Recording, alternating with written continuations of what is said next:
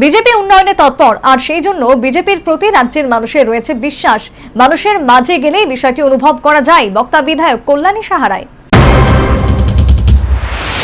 গত 10 জুলাই রাজ্য নির্বাচন কমিশন ত্রিস্তর পঞ্চায়েত নির্বাচনের দিনক্ষণ ঘোষণা করে। এদিন থেকে শুরু হয় আনুষ্ঠানিকভাবে নির্বাচনী প্রচার।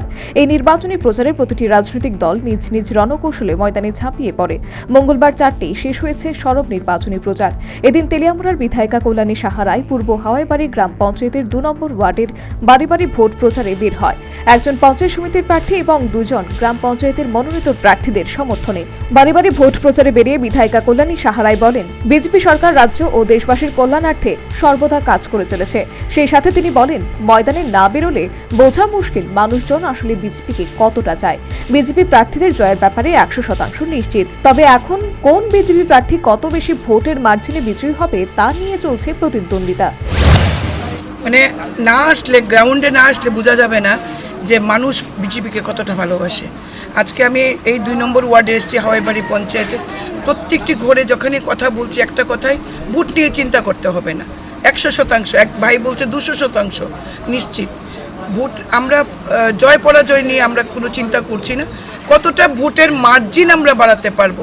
আমাদের ক্যান্ডিডেটদের মধ্যে 2 নং ওয়ার্ডের 2টি আসনের ক্যান্ডিডেটদের মধ্যে প্রতিযোগিতা, কার থেকে কে বেশি ভোট পাবে। সুতরাং জয় নিয়ে আমরা 100% নিশ্চিত।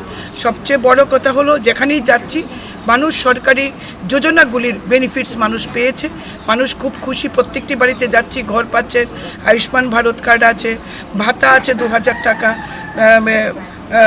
বিনামূল্যের চাল আছে। তো মানুষ এই সরকারের উপর খুব খুশি, দেশের প্রধানমন্ত্রী নরেন্দ্র মোদীর উপর খুব খুশি, এবং আমাদের জয় নিয়ে কোনো চিন্তা নেই, আমরা 100% নিশ্চিত।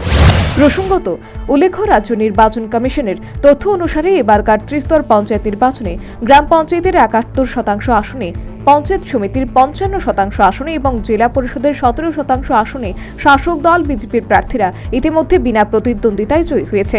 বাদবাকি আসনে নির্বাচন অনুষ্ঠিত হতে যাচ্ছে আগামী 8 আগস্ট। ফলাফল জানা যাবে 12 August. Bureau report, news vanguard.